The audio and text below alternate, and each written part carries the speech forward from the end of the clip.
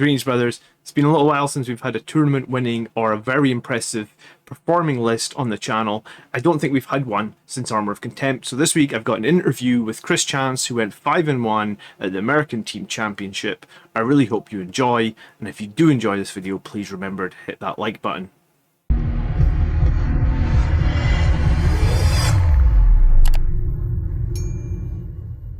Okay, welcome to this week's Tactics video, and I'm joined by Chris Chance. I've actually had viewer requests to get you back on the channel, Chris, and you were on the channel about 13 months ago. I can't actually believe that. I thought it was about 6.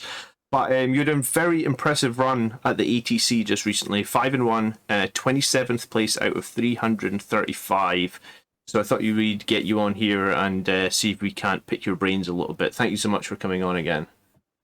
Thanks for having me. Yeah, it's really good to see you again. How are you enjoying Blood Angels in Nephilim? Initially I was, like everybody else, worried about the CP reduction at the beginning, but I've actually enjoyed getting the CP back every turn with that change, and it's really not seemed as big a deal. I actually kind of enjoy it more with that constant CP rebuff as opposed to, having to wait a whole battle round to get another one. I felt that as well. It's sort of like just a mindset change in that, like, rather than like blowing a load, the thing that I really like is you always seem to have 2 for counteroffensive. And I think as a melee focused army, that's kind of huge, Well, unfortunately, I don't always have 2, but yeah, at least having 1 in there for something if I need it. Yeah, I guess Angel Sacrifice as well is one that always will come up as well. So, yeah, tell us a little bit about your ATC run, or I don't know too much about it. It's the American Team Championship, is it? It is. So it's a team. It's a team competition. So it uses, I believe, follows like the WTC, where you roll off and then you have attacker, defender, teams match up. You throw a certain number of attackers. They pick a defender. So there's several of these matchups that I got the people that other people on my team didn't want. I took a hit. That one loss was against a Necron list that a data scry salvage, and you just can't hold objectives against that. But unfortunately, our team did go 2-3-1.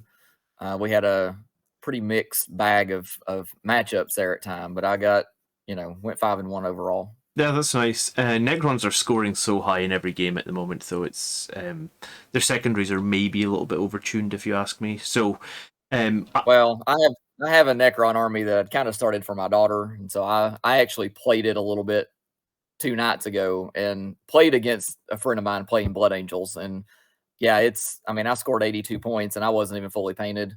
Wow, it's not hard to score points with that list. Yeah. How have you found Blood Angels secondaries? I guess we'll get into that in a few minutes, but have you been pleased with the secondaries we got in Nephilim overall? Most of ours are at least more doable now compared to what they were before. Stuff like Blanda Sanguinius, you only ever took that if you had no other option or you were just trying to play more narratively, because with your opponent picking the character you had to kill, it really was quite a gamble to take that. Now with the change allowing us to pick the character that we have to go after, it makes it at least more viable if you don't have another option that you feel is good. Yeah, I think that is possibly the strongest one we've got. All right, let's have a look at your list, because I think the thing that was, well, this is 100% melee wrist, right? You have no fire support here, and you went, and about the only fire support there is what you get out of the Centurions. And a bunch of bolters. A bunch of strength 4 bolters, which typically don't do that much anymore. Gone are the days of the bolter heyday. So the Centurions are flamers and hurricane bolters on a lot of them? Correct. Yeah. And I love your style behind the Death Company. Is it, you never run them as a successor chapter, you always just run them as full? I do not. No, I always run them as pure Blood Angels. Actually, what happened was I played in 2nd edition, and I played Space Wolves at that point. I got out of the game for many years, and I got back in right at the beginning of 8th. Kind of didn't know what I wanted to play, but I knew it was going to be something Marines, and I started a paint scheme with that red and black paint scheme. And then when I settled on playing Blood Angels, it just kind of fit, so I just kept the paint scheme. I was going to say, you had a couple of characters featured in White Dwarf as well, or was it on the Warhammer? I have not. I've been on the community channel. That was what it was, for their, their live streams. Yeah, you need to send them a picture of your Centurions, because they are very cool. All right, so we've got the veterans, which I guess are free because you have a captain in your list. Correct. I really think they need to update Dante and give him the captain keyword as well. We've got Dante as the warlord. The captain's running, what, Soul Warden, a Relic Blade, Visage of Death? Yes. Yeah. And then it's the priest that's got Rights of War and Armor and Dominus. And it's very... I think I'm going to ask a question. We might get to some questions on the next slides, but the reasoning behind taking them separate, as in like separating Visage of Death and Rights of War, that just is to give you more map control? Or how do you see it? In some play testing leading up to ATC, I tried the Rights of War Visage on the same character, and while that would flip an objective here and there, I then tried splitting it, and I found that I can at least threaten more objectives that way with it. So I can run the priest up, say with Sanguinary Guard, and possibly flip an objective that way. And if that captain's running with another unit or running with Death Company, I could potentially go flip another one by turning off OBSEC. So it just gave me more threat on turning those objectives. Yeah, and I kind of love it how you put Soul Warden on the captain. I take it you feel that Soul Warden is pretty valuable in the current meta. I think Soul Warden is the best warlord trait for us at this point, because one of the biggest things that we're susceptible to is mortal wounds, and anything we can do to kind of head that off is good, and that's the best thing we have for that, because it applies to everything in the army, not just core like Litany of Faith does from a chaplain. Yeah, and I guess that goes twofold, I guess, when you're running a big squad of Centurions that aren't core. Correct. What's the logic behind the infiltrators? Because most of the time, as of late, we see Blood Angels doing double incursors, but you've stuck with infiltrators. Was it infiltrators you were running last year? You've kept them, or were you? I have. I actually run those quite a bit. Okay. Especially with this list, it's a list that really wants to move forward. And when I start moving that much stuff forward, it opens up the backfield a whole lot more. And I really want to keep stuff in front of me and not having to split my force jumping stuff to the backfield to take care of things that jump in behind me. And the infiltrators just really help with locking down that backside of the table in my deployment zone to keep that stuff from potentially dropping behind me. I play against Grey Knights on a regular basis, very good Grey Knights player, and those infiltrators have saved me numerous games from getting, Gate of Infinity to the backfield and flipping objectives on me. That makes a lot of sense, actually. Yeah. What's the plan for the veterans and the assault squad then? So the assault intercessors are there. A lot of times they do stay towards the deployment zone, and they're a bigger melee threat if something gets close enough, more so than those infiltrators. And once we hit the assault doctrine, they throw a lot of attacks, but especially now with Armor of Contempt World, that extra AP from the chain swords, if something gets close, really helps. And the company veterans, quite honestly, are the best 48 points in that list. They really helped allow those assault intercessors to do more because they could just set behind and cap an objective. ATC was all player place terrain. Okay. So I could really block out an objective and hide those company vets behind it. And most of the time place just right so that they could lock down maybe the back corner, depending on where an objective was at. And then those infiltrators kind of fanned out to either side to lock out more. And it allowed the assault intercessors a little more flexibility to move forward if I needed them to. Okay, interesting. I was going to say a lot of people have been... For 48 points is the exact number of points that like a 6-man Voidsman armed squad would be. You any interest in the Voidsman or not so much? I've looked at it. To me, a 2-man company vet squad is even if you don't give them the storm shields, that's just the way mine were modeled. So that's what I continue to put on them. I made them before Storm Shields got worse. But even at 48 points for 2 of those, they're still more durable than that Voidsman squad. Sure. And if I need them, the big draw to the Voidsman squad right now is that they are 5 or 6 man, whatever they can get them in, and they can perform an action such as retrieve data without much risk of failing. Yeah.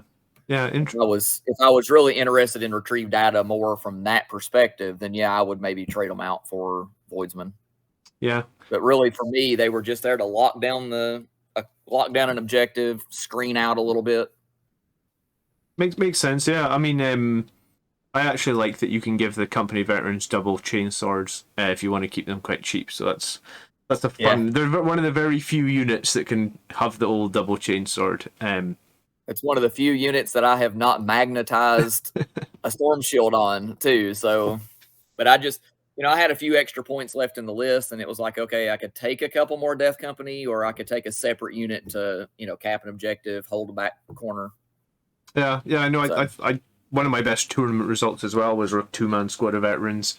Like you said, they're very easy to hide when it's just 2 men, and I guess by being 2 men, they're like completely impervious to leadership, give or take. Yeah.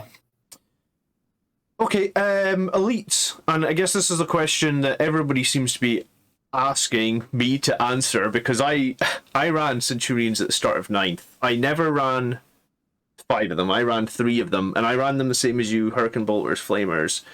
Are they all they're cracked up to be? How do you love them? You're going to use them more? You think they're valuable? Tell me about these Centurions. I've used them quite a bit so far. Since I had been wanting some, I just never, put the money forward to get any.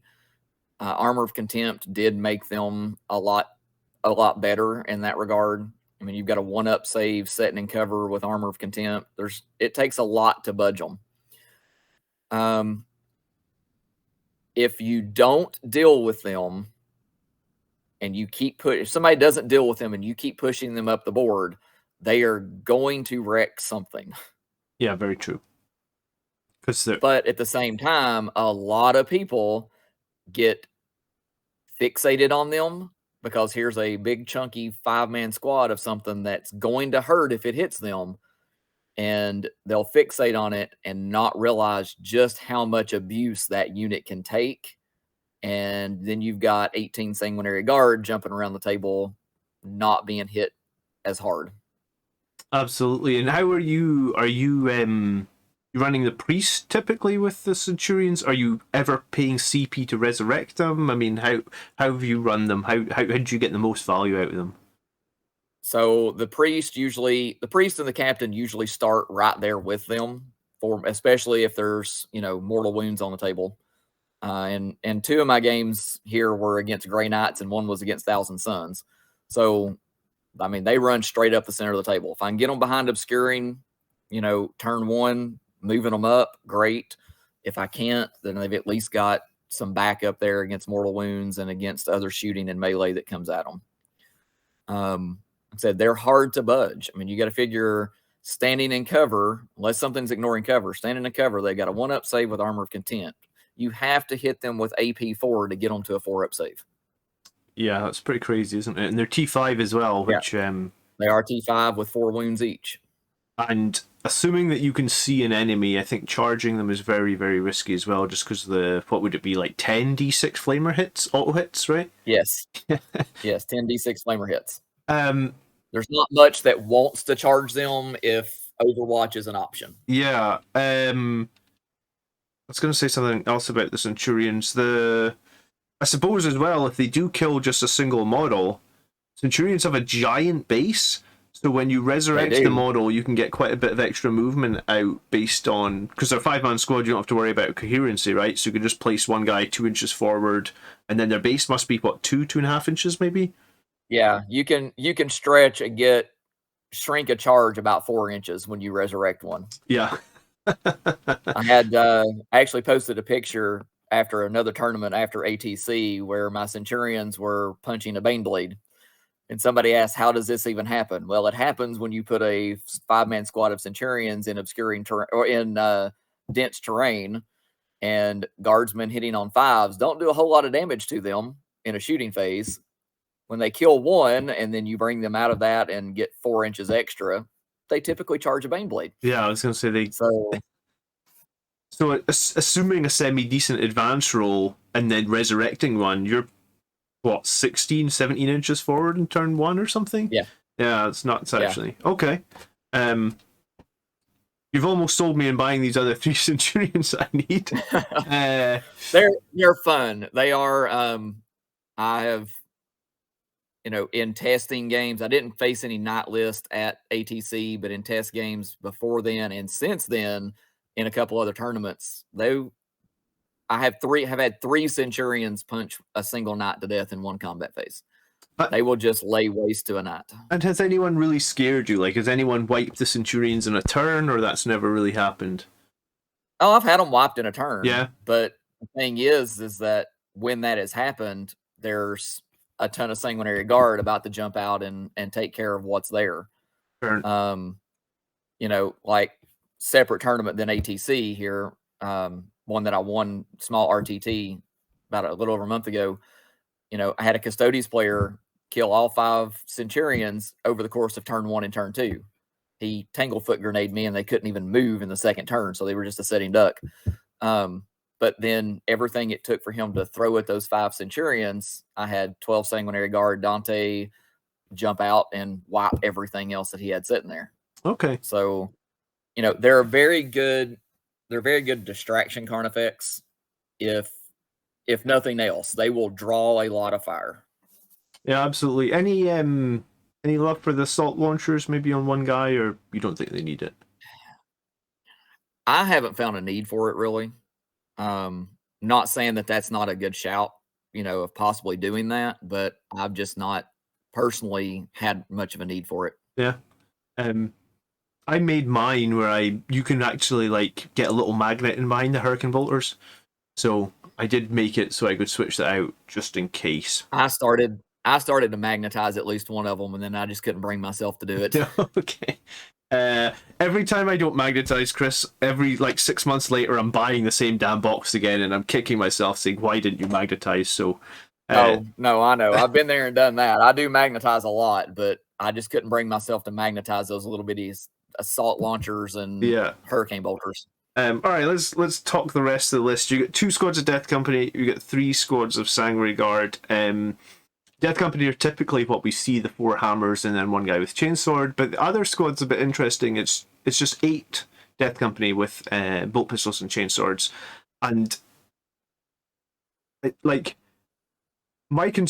haven't run much chainswords, or I've run into a few Armor of Contempt armies, right? Like I played Wolves at the top table of a tournament, and I found Lightning Claws very weak into enemy Armor of Contempt. So how do you feel about?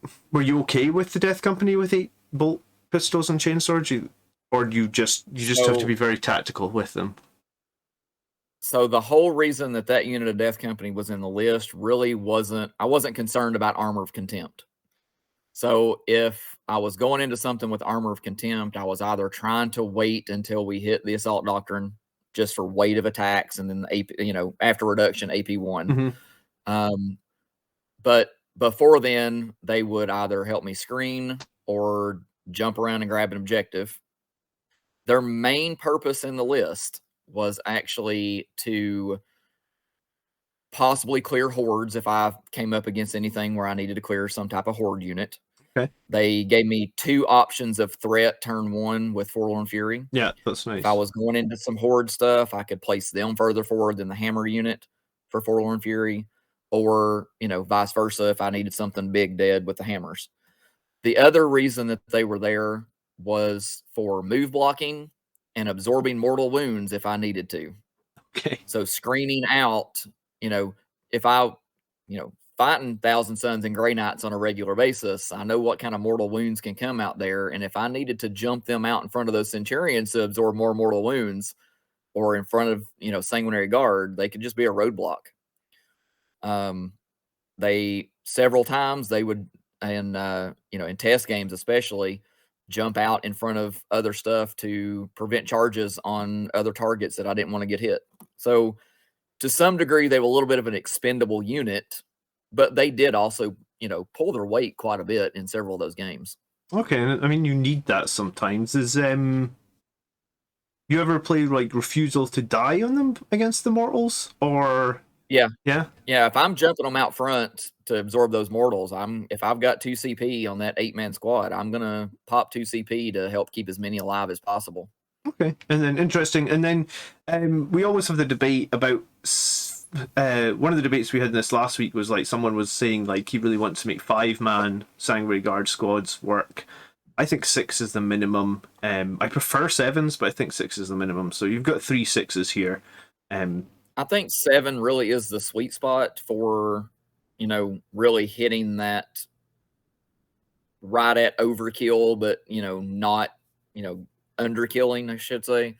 For me, though, I typically run 6-man because that extra 90 points, depending on how you're arming them, 90 plus points, is another unit somewhere on the table. Yeah, absolutely. And in an objective game world, an extra unit really can make a big difference in scoring those primaries or getting your secondaries. So I have found for me in the way I've been designing lists is I'm trying to, if I can get another unit on the table and still feel like what I'm putting in the other units is viable, I'm going to go for another unit on the table. Yeah, I think that makes a lot of sense. My last list I think had 3 squads of 6, or my 2 6s and a 7, and I think when I did the math, it was like you kill a knight with a 7, assuming you're near your warlord with a +1 and rerolls to hit. You kill a knight with a 7, but if he plays -1 damage, then you have a problem. So arguably, I guess the 6 with a tiny little bit of help, maybe maybe you shoot the knight with a bunch of bolters and you take off a wound or 2, then you can still kill the knight with a 6 as well. All right, cool. That's the list. Was there anything else you want to say on that before I jump into the actual real list of questions I have if I haven't asked enough already? Yeah, back to that Death Company unit. I'm one that really thinks because of our movement, there are a lot of times that we can really play into move blocking. Because if we're not playing against a unit that can move across models, other jump pack units, knights, wraith, things like those, we have a lot of play at times, and being able to use our movement to move block to keep people from grabbing objectives, getting secondaries, locking them out of things, locking them out of being able to get charges on our other units that we don't want to get hit. So that Death Company unit served that purpose a lot as well. Just move blocking is very powerful if you can get it to happen.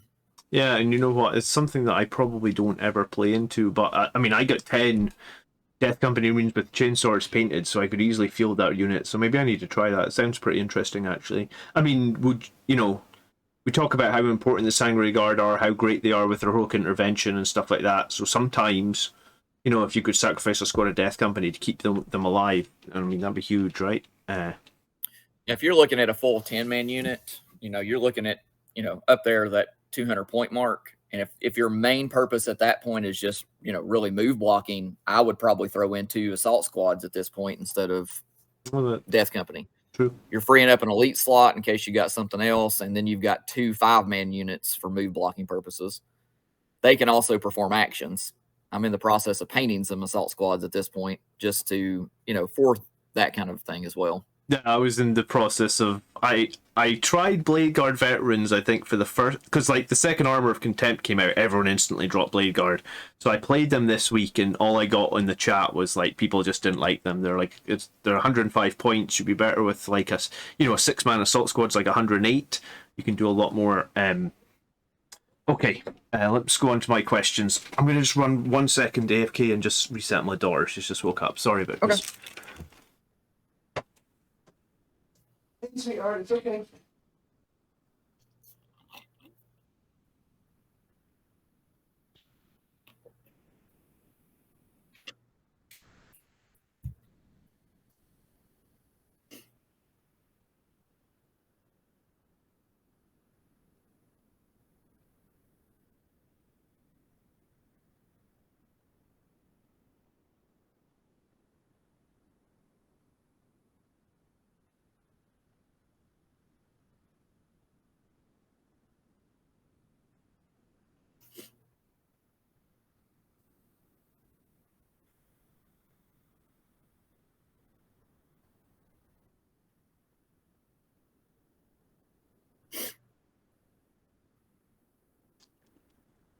Right, sorry about that.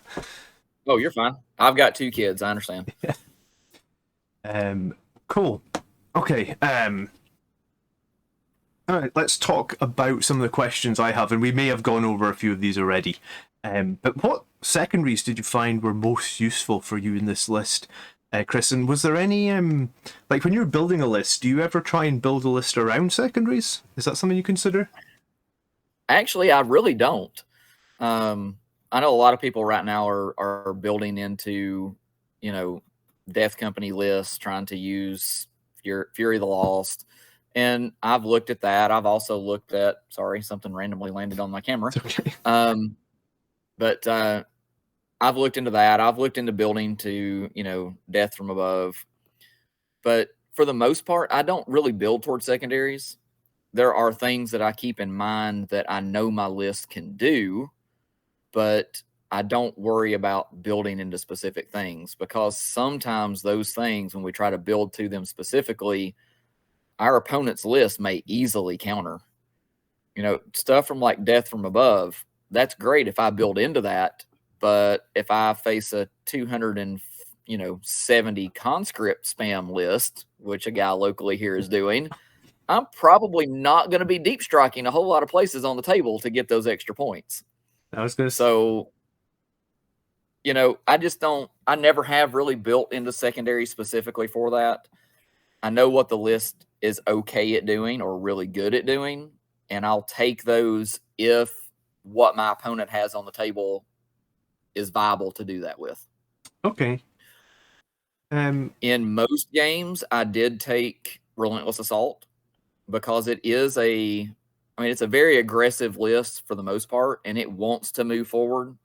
So if I'm not facing somebody that is also really fast moving that I expect is going to be on top of me, then more than likely I'm going to be trying to push them back to their deployment zone anyway. Yeah. And in most of those games, I did take Relentless Assault, especially on stuff like Conversion, Death and Zeal. Those are great for us for that 9-inch bubble in the center. We can easily get units in their deployment zone turn 1. Yeah, I was going to say, I mean, we can kind of do that with Forlorn Fury every game. Well, assuming we go first, I guess. Yes. But yeah, that is a definitely good point. Sometimes I've been erring on the caution of behind enemy lines if they do. Like I just played Eldar the other night and they had Swooping Hawks and Warp Spiders, something like that. And I knew that he was going to be dropping them into my deployment zone. So took behind enemy lines just to sort of say, like, well, I'm okay taking a few less points here just so you won't be able to deny me, It's another reason those infiltrators are there too. I mean, I can push Forlorn Fury up the board, and if you've got stuff in reserves, I don't have to worry about as much of you dropping something in my deployment zone than denying me those points either, because hopefully I've locked you out of coming in that deployment zone. Yeah, if people don't realize how big the bubble that you can make from like a 5-man squad of infiltrators is, it's actually ginormous. You can block with that unit of company vets, 5 assault intercessors, and the 2 units of infiltrators. I can just about lock out half the board on you dropping in on me. I was going to say, yeah, I would be surprised if you couldn't do half the board, because if you daisy chain out those infiltrators, and then it's 12 inches from both ends of the daisy chain in a giant diameter, or it's disgusting. Okay, we talked about the veterans and we talked about the Centurions. Would you ever consider running the Centurions smaller, or would you ever consider running Terminators, or you just love the way that the Centurions sit with the dynamic of this list? Prior to the Centurions, earlier in the year after Armor of Contempt, I was running 5 assault Terminators, all with lightning claws. Okay. And they did very well. They serve a very similar purpose, just obviously they're, half the points. But the Centurions, for what I use them for, just do that better. Okay. From the standpoint of just, taking a beating and keep on going. I think running the Centurions in a smaller squad, if you've only got 3, run 3, see how they do for you. But 5 is a sweet spot there because they can take a lot of abuse, and you can hopefully still have 1 or 2 standing so that priest can resurrect another one right back up. Yeah, there's a lot of value in resurrecting them as well, because they're 65 points per model. Yeah, I mean they're more 65 points model. They're more expensive than an attack bike with a multi-melta. That's crazy. But but that's what it is. We talked about infiltrators. Um, I I was going to say, I guess they're. I've seen you running cursors before, right? But just not with this sort of similar list. Correct. Yeah, this one being very aggressive, wanting to move forward. I think the infiltrators serve that purpose to help lock down behind, so you don't have to start jumping your assault units back to your deployment zone to take care of those threats. I do run in cursors, but usually when I run in cursors, I'm running more fire support stuff that hangs back a little bit, like Redemptors, things like that, that also help lock out that deployment area. That makes a lot of sense. So then my question on the captain, right? Like, so you're running Dante plus a captain. Typically, I mean, maybe I'm drawing a pretty general consensus, but like the lists that I see that are Blood Angels, they're typically running like if they're running Dante, then they're running either maybe like Astroth or a Psyker. Most people take like Dante and the Priest as like the given, right? The second captain, you think he's better because, I mean, like rerolls is the main reason to take him, or other reasons? In this list, I was already locking down 6 elite slots. So I couldn't take a Sanguinary Ancient unless I dropped something else. And for the most part, I didn't really feel like I needed the Sanguinary Ancient for +1 to hit or the extra movement from, Wrath of All. So I didn't really have another option in an elite slot to take a character. I knew that I absolutely wanted Rites of War somewhere, and I wanted Soul Warden in the list somewhere. So I was kind of locked out of that elite slot to get any more characters. I tried a few different things. Ashtorath is great, and I use him some, but I needed a non-named character to throw Soul Warden on. I was going to say I didn't want to throw Soul Warden on the Sanguinary Priest because doing that locked all of my Feel No Pains into one character. yeah, I was going to. So if I spread them out, then I at least had a 5-up Feel No Pain against mortals that could be in one location, and a 6-up Feel No Pain, and even if it was against mortals, in another location. Yeah, So I wanted that spread. that makes a lot of sense. Did you used to run the chaplain on a bike, right? I did. Yeah. And I had considered that here, but that would have meant, dropping those company vets. And like I said earlier, if I can spend those few extra points and get an extra unit to help me lock objectives or lock the board down, I'll take it most of the time. And those 48 points in this list, I still say are the best 48 points in the whole list. They scored me more points in every game than anything else in the list did. They set on an objective and helped lock it down pretty much all game. I was going to. There was only one game out of those 6 games that those company vets actually died. Yeah, I was going to say it's not often that the little squad like that is the MVP, but sometimes that's the way. Okay, and were you placing anything in reserve? Like, and I don't just mean reserve. I mean like, was a squad of Sanguinary Guard and Deep Strike or anything, or was it very much? You see, the list goes on the table. I almost never put anything in reserve anymore, honestly. At this event, I pretty much did not. It was the terrain setup was player placed, and most of the terrain on the tables was, quite frankly, large pieces of terrain that had a lot of obscuring to them. It was a kind of a hybrid GW setup as far as the terrain pieces themselves. So I really didn't put a lot of stuff. I don't think I put a single unit in reserve the whole game or the whole tournament, because I was able to just hide them turn 1 and just keep bouncing them in between those obscuring pieces to where I could just play from that and get them where I needed them most of the time. Okay. And then I guess the last question for me, it's the thing that's just wrecked me out in the last couple of tournament games I've played. Do you fight anyone with fight last or fight on death? I mean, when I say fight on death, I mean like Wolven or Repentia. Fight last would be like Jane Zar or the other Eldar psychic powers and stuff like that. Did you have anything like that to deal with? I did not have to deal with fight on death other than, a single stratagem that might let a character fight, such, like we have.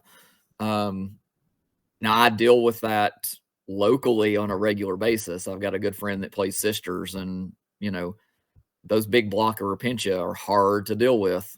We don't trade well with Repentia, because if we're going to hit them with something, if we're going to hit them with Sanguinary Guard, we might as well just go ahead and be reserved that we're going to pick up that unit of Sanguinary Guard after we kill the Repentia. Yeah.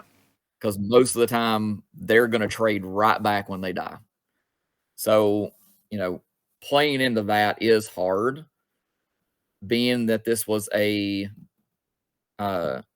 team tournament. We got to, to some degree, being able to pick those matchups.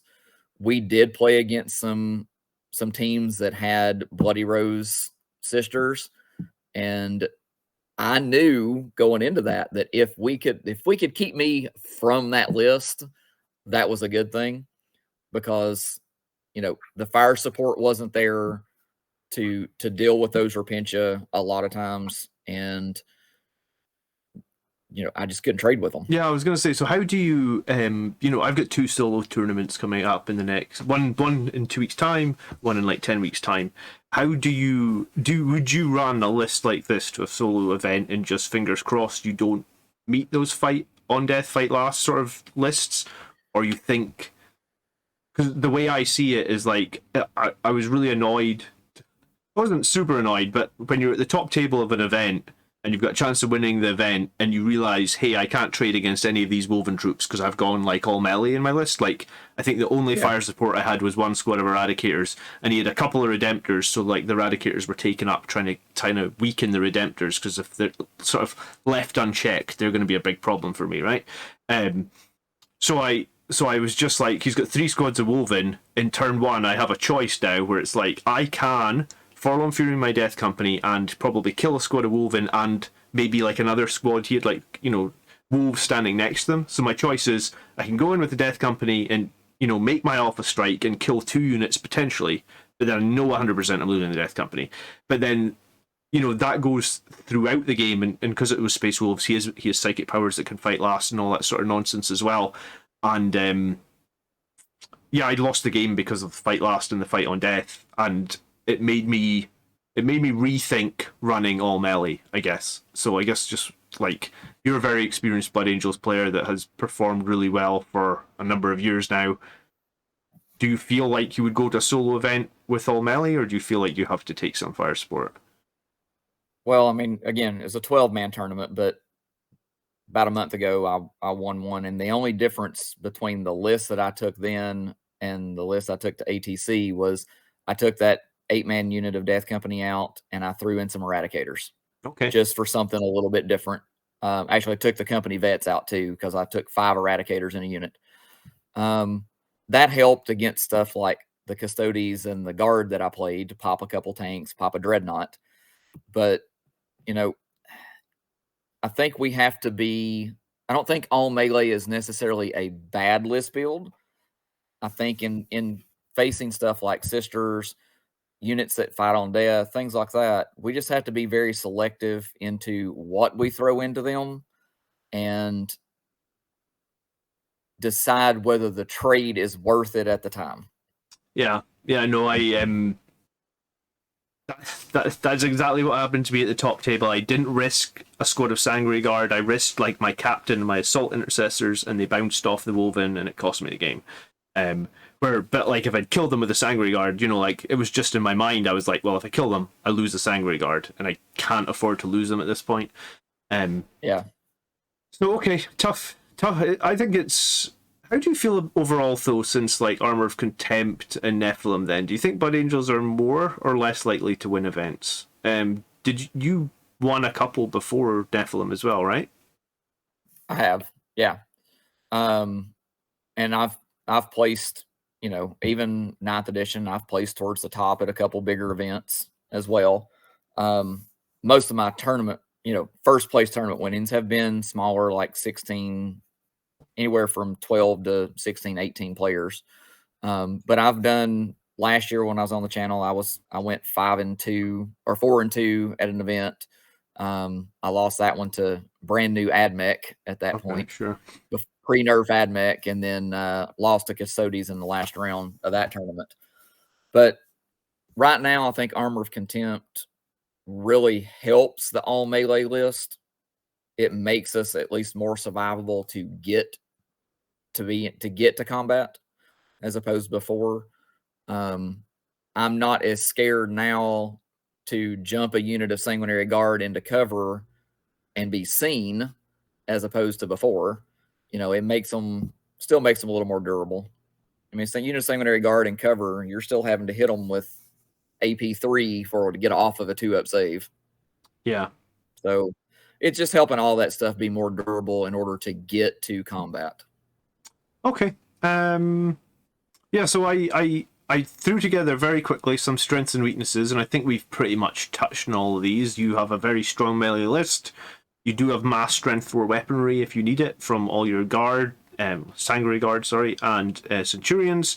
You've got the OBSEC presence with the 2 potential flipping points. You got 5 jump units, and I guess we could add here one of your jump units could potentially just be a roadblock, or it can be a blocker. I hadn't really considered that. And obviously you've got protection and 2 mortal wounds. We touched on that as well. This list, I guess, similar to the one that I played, I guess, distinct lacks of high damage and AP shooting. There's no real way to prevent Overwatch unless you're really clever and you're charging from obscuring positions.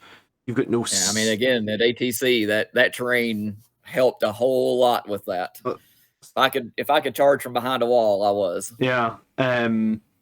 You've no Psyker, but that could actually be seen as a strength because it does let you pick aboard the Witch. So it's a weakness and a strength. I almost never run a Psyker because, again, I do play against Grey Knights on a regular basis.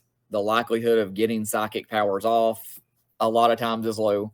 Another friend plays Sisters. Again, hard to even get psychic powers off at times. And for me, I really hate running units that are something that allows me that I have to depend on a dice roll and my opponent can stop my dice roll essentially. And librarians for me are that. I mean, I have to get that dice roll off to get whatever psychic power I'm trying to do, and they potentially have a chance to just keep that from happening. So I've just found over time that I just don't like that. So a lot of times I just don't run a Psyker. Yeah, do you know what? It's interesting because, I mean, if a lot of people go for litanies on Astaroth, which seems like another popular choice, it's a 66% chance to get litany off, whereas like a psychic test is slightly higher chance, but no one's denying your litany. So, correct. Yeah, it's interesting. Something I don't probably consider enough actually is that powers can be denied.